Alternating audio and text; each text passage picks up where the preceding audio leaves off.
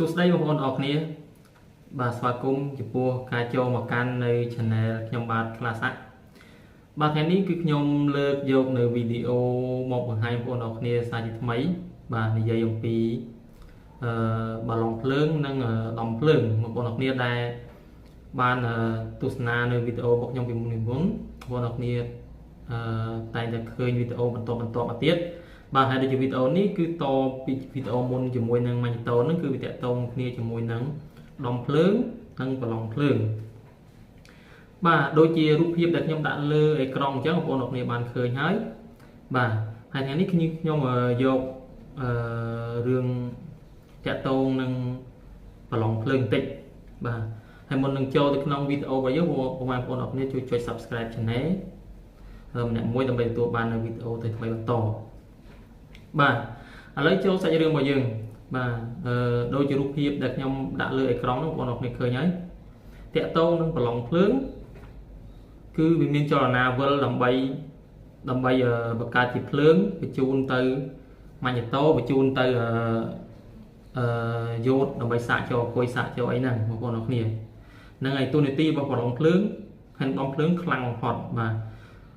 បាឡុងភ្លើងវាមានដុំដែលឆក់មួយសម្រាប់បង្វិលហើយវាបង្កើតបានជាភ្លើងជាមួយនឹងដុំភ្លើងបងប្អូនអរគ្នាបាទហើយដូចជារូបភាពដែលខ្ញុំដោះអញ្ចឹងបាទគឺខ្ញុំចង់និយាយអំពីបញ្ហារបស់វាខ្លះបាទបងប្អូនអរគ្នាបាទបញ្ហាខ្លះដូចជាបញ្ហាខូចបាឡុងភ្លើងខូចអីហ្នឹងបងប្អូនអរគ្នាវាអាចពាក់ព័ន្ធទៅដល់ខ្សោយដូចខូចបាឡុងភ្លើងដូចជាបែកដុំដែលឆក់បែកអីហ្នឹងវាមានបញ្ហាដូចជាខ្សោយអាចទាញភ្លើងទៅដល់អគុយដូចយ៉ាងដែរបាទដូចខ្ញុំធ្លាប់មានបទពិសោធន៍កាលពីមុនខ្ញុំយករឿងមួយចុះមានបទពិសោធន៍កាលពីមុនគឺខ្ញុំធ្លាប់បែកបាឡុងភ្លើងបាទបន្តមកដុតបែកបាឡុងភ្លើងវាគៀបជាមួយនឹងដុំភ្លើងហ្នឹងបាទធ្វើឲ្យគៀបទៅវាតឹងខណៈវាវិលតឹងបងប្អូនគ្នាឧទាហរណ៍ដុំភ្លើងនេះអញ្ចឹងបាឡុងភ្លើងនៅពីលើបាទដល់បាឡុងភ្លើងវាធ្វើការវិលរហូតទៀតវិលអញ្ចឹងទៅដល់ពេលអាដុំបាឡុងភ្លើងវាបែកពីឆោវាគៀបមួយដុំភ្លើងបងប្អូនគ្នាគៀបមួយដុំភ្លើងវាធ្វើឲ្យអាការបង្វិលវាតឹងបាទការបង្វិលវាតឹងវាធ្វើការទាញភ្លើងពីអគុយមកបាទធ្វើការទាញភ្លើងពីអគុយមកខ្លះមកវាឲ្យអគុយរបស់យើងនឹងឆាប់អស់បាទជីទៅលោតសញ្ញាភ្លើងអគុយជីលោតសញ្ញាភ្លើងអគុយបាទបងប្អូនគ្នាប្រហែលជាអាចឆ្ងល់ហើយបាទចំណុចហ្នឹងខ្ញុំធ្លាប់អស់អគុយអស់មួយបាទដោយសារតែយើងជីទៅវាគៀបវាបែកឲ្យឆក់ហ្នឹងគៀបបាទបែកឆក់គៀបទៅគៀបអាដុំភ្លើងទៅវាធ្វើឲ្យអាការវិលវាតឹងដល់កាលណាការវិលវាតឹងវាធ្វើការភ្លើងអត់គ្រប់គ្រាន់វាធ្វើការទាញភ្លើងពីអគុយមកខ្លះបាទដល់ខ្លះទាញភ្លើងពីអគុយមកធ្វើអគុយអស់ភ្លើងបាទខ្ញុំឆ្ងល់ថាវាលោតសញ្ញាអគុយខ្ញុំគិតថាវាប្រហែលជាខូចអគុយអី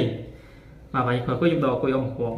ដល់អគុយថ្មីជ្រើសមួយគ្រាប់ជីកបានមួយផ្លែតអញ្ចឹងទៀតបាទបងប្អូនអរគ្នាតាមពិតវាបញ្ហាធំដោយសារអីដោយសារតែខ្ញុំបាក់បាឡុងភ្លើងហ្នឹងវាស្នាម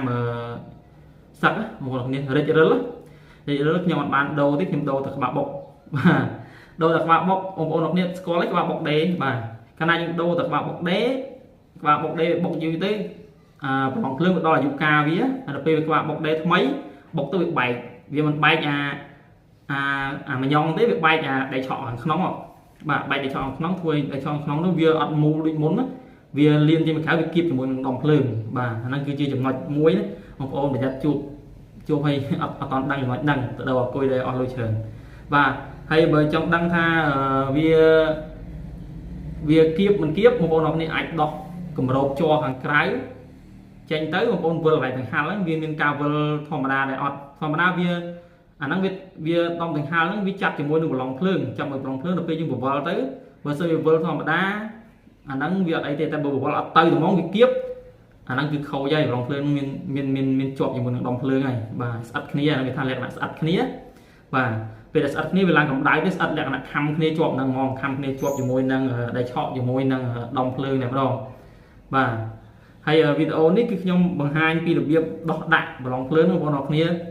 មើលតាមនោះទៅរបៀបដោះដាក់បាទគឺយើងដោះពីរបៀបណាដាក់ទៅរបៀបណាបងប្អូនអរគ្នាចាំខ្ញុំបង្ហាញវីដេអូរបៀបដោះរបៀបដាក់ហើយយើងសិក្សាទាំងអស់គ្នាទៅបាទដើម្បីធ្វើ នឹងគ្រឿងបង្គំអស់ហ្នឹងបាទហើយសង្ឃឹមថាបងប្អូនអរគ្នាអាចធ្វើបានដោយជោគជ័យបាទព្រោះអីបទពិសោធន៍អស់នេះគឺខ្ញុំធ្លាប់ភ្លក់រសជាតិអស់ហើយបាទខ្ញុំយកមកបង្ហាញបងប្អូនហើយក៏ខ្ញុំធ្លាប់បើនិយាយទៅហេតុនឹងបទពិសោធន៍អស់ហ្នឹងដែរបាទឥឡូវយើងទៅធ្វើរៀបចំបាទដើម្បីធ្វើការដោះដូរវាបងប្អូនអរគ្នាត្រូវមានប្រដាប់ដោះបាទដូចជាកញ្ញាំត្រីមិញហ្នឹងហើយឬក៏នេះប្រដាប់ដោះកាវប្រឡងភ្លើង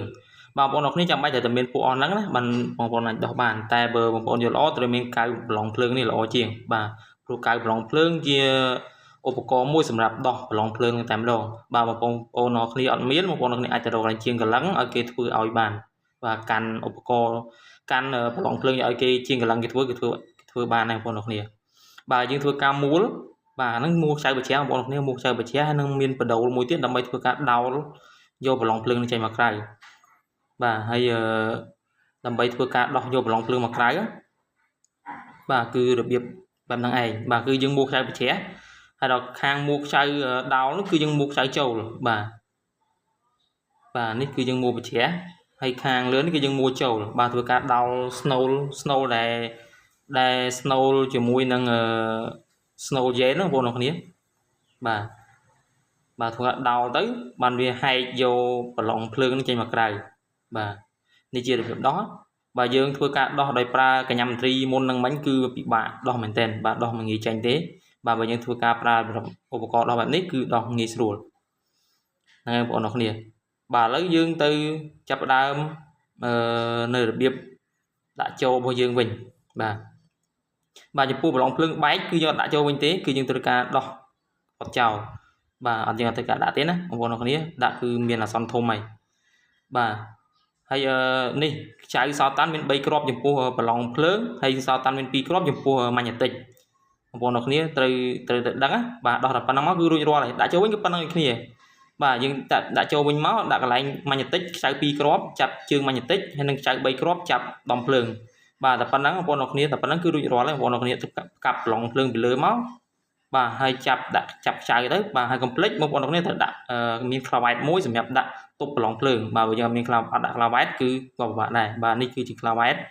មានក្លាវ៉ែតមួយគ្រាប់យើងដាក់ចូលស្នៀតជាមួយនឹងប្រឡងភ្លើងរបស់យើងដាក់កាសចាប់ខ្ចៅគឺរួចរាល់ជាស្រេច